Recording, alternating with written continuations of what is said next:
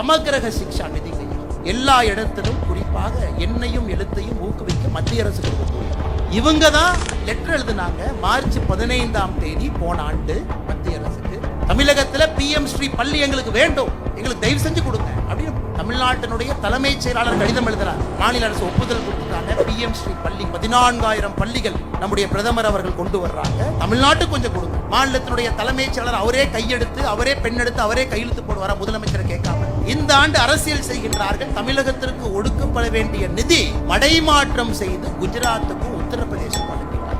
இந்த ஆண்டு குஜராத்துக்கு சமகிரக சிக்ஷாலே ஒதுக்கப்பட்டிருக்கக்கூடிய நிதி 1598 முதல் தவணையாக 510 கோடி. உத்தரப்பிரதேசத்துக்கு ஒதுக்கப்பட்ட நிதி 6971 கோடி, முதல் கட்டமா 344 கோடி. தமிழகத்திற்கு முதல் கட்ட நிதி வர இருக்கிறது. நாம் தமிழகத்திற்கு நிதி கொடுக்க மாட்டோம் என்று எங்கேயும் சொல்லவில்லை. முதல் கட்டமாக அறிவித்த நிதி சில மாநிலத்திற்கு போயிருக்கு. சில மாநிலம் கேரளா, வெஸ்ட் பெங்கால், தமிழ்நாடு உட்பட சில மாநிலத்துக்கு வரல, வரும். முதலமைச்சர் இங்கோடு நிக்கல. பாசிச பாஜக அரசு ஆளுநர் இருக்கணும், அண்ணாமலை.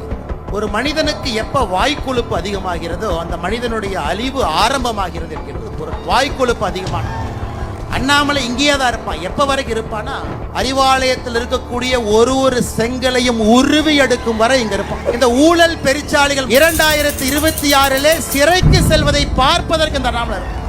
அதுவரை நிச்சயமா இருப்பான். அதுல உங்களுக்கு எந்த சந்தேகமும் வேண்டாம்.